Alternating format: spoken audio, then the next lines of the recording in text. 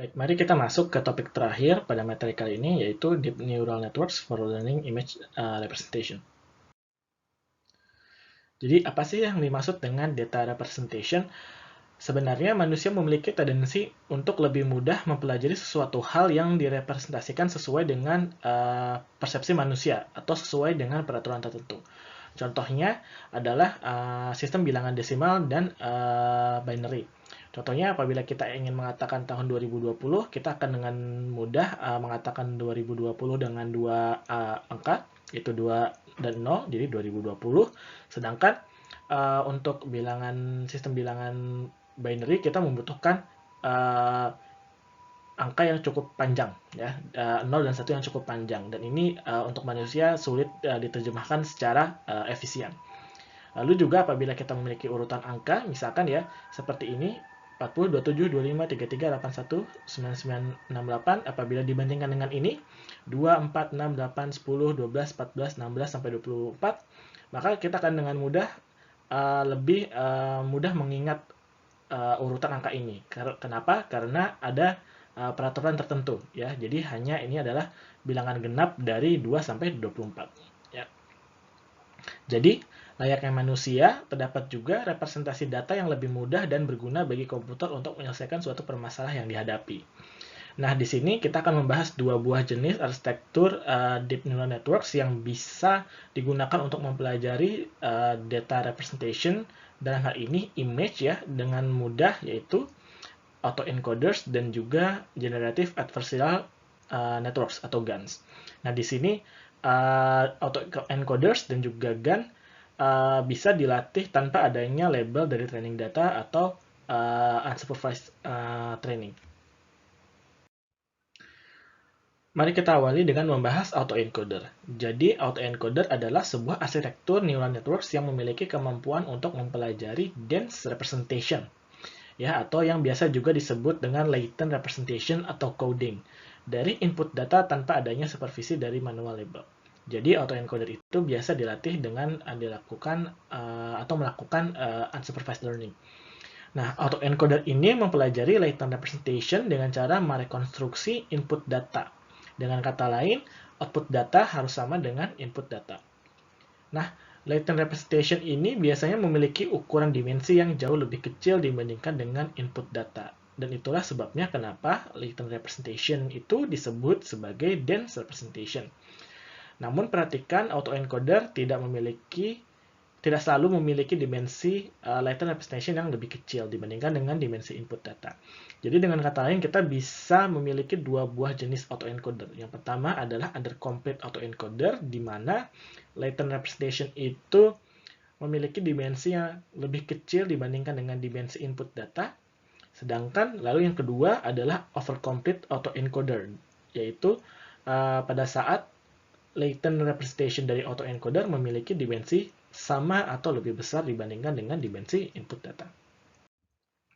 Nah, ini adalah visualisasi dari undercomplete autoencoder dan overcomplete autoencoder. Bisa dilihat di sini ya, untuk undercomplete autoencoder, dan di sini adalah untuk overcomplete autoencoder.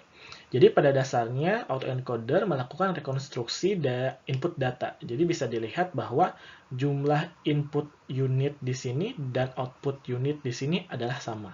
Ya, di sini 3, sama-sama 3. Perbedaannya adalah jumlah dari atau dimensi dari latent representation ini. Ya, di mana biasanya sesuai dengan jumlah hidden unit di paling tengah. Ya, di sini adalah jumlah hidden unitsnya ada 2, di sini ada 4. Jadi bisa dilihat perbedaan dari undercomplete dan overcomplete. Nah, pada saat yang sama, autoencoder juga bisa dibagi menjadi dua bagian. Yang pertama itu adalah encoder atau recognition networks, ya, di mana adalah akan menggambarkan hubungan dari input data ke latent representation. Lalu yang kedua adalah decoder atau generative network, di mana menggambarkan hubungan antara latent representation ke reconstruction, ke outputnya atau reconstruction data. Nah, ini adalah contoh dari autoencoder menggunakan convolutional layer, yang bernama convolutional autoencoder. Jadi misalkan di sini kita memiliki input data, yaitu gambar pakaian dari fashion MNIST yang merupakan adalah dataset yang berisi gambar-gambar fashion, ya. Jadi yang kita inginkan adalah apabila kita memberikan input gambar fashion MNIST ini, maka convolutional autoencoder ini akan mencoba untuk melakukan rekonstruksi dari input yang ada. Jadi bisa kita lihat apabila kita masukkan gambar ini, maka rekonstruksinya itu seperti ini. Begitu pula dengan sepatu ini, kita masukkan, maka hasil rekonstruksinya akan seperti ini.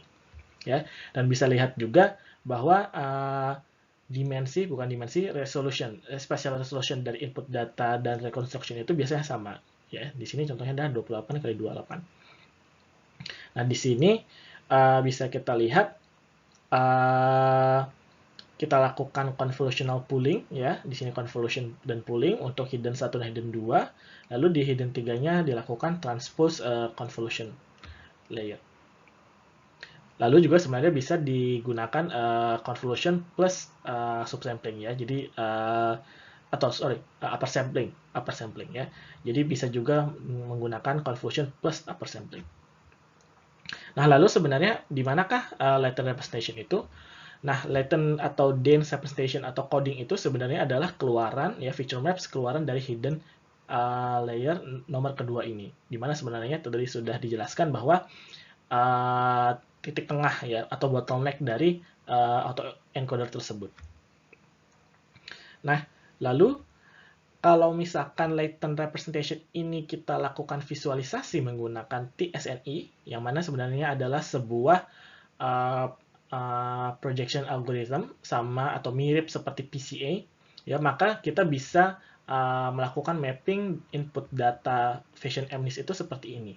Bisa dilihat bahwa proyeksi dari latent atau dense representation itu sudah terkelompokkan secara otomatis, walaupun sebenarnya convolutional autoencoder itu tugasnya hanya melakukan rekonstruksi.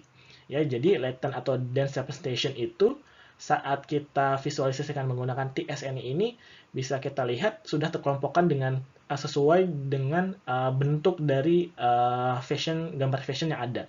Misalkan di sini, ya, adalah kelompok fashion yang mana adalah alas kaki, ya, bisa dilihat juga jenisnya juga akan terkelompok sendiri. Jadi di sini adalah ankle boots, ini adalah sandals, ini adalah high heels, ini adalah sneakers, ya. Jadi bisa dilihat terkelompok secara otomatis.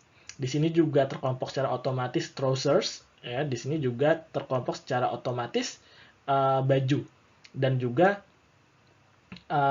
terkelompok secara otomatis kelasnya masing-masing. Jadi di sini ada t-shirt, ya, atau di sini ada t-shirt, ada shirts, ya.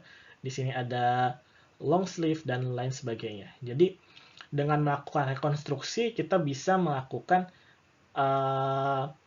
dalam tanda petik di sini pengelompokan kelas secara otomatis menggunakan autoencoder. Nah, yang lebih menarik lagi adalah kita bisa menghitung distance atau jarak dari codings yang dihasilkan dari autoencoder tersebut. Ya, jadi misalkan di sini kita memiliki sama-sama gambar wajah tapi dua orang yang berbeda, kita masukkan ke dalam model yang sama, akan menghasilkan dua buah embedding atau codings yang berbeda. Dan kita bisa mengetahui apakah ini gambar dua wajah orang yang berbeda ini dengan melakukan apa yang disebut contrastive loss, ya, dimana sebenarnya hanyalah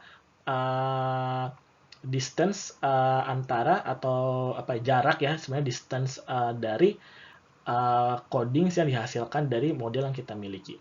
Dan ini juga adalah visualisasi, ya, di mana bisa kita lihat antara angka 9 dan 4 memiliki jarak yang cukup berbeda jauh apabila bentuknya memang sangat berbeda, namun pada saat ada beberapa gambar digit 4 dan 9 yang cukup mirip, maka distance-nya atau jaraknya akan semakin kecil. Ya, jadi inilah salah satu guna dari latent representation yang diekstraksi oleh autoencoder.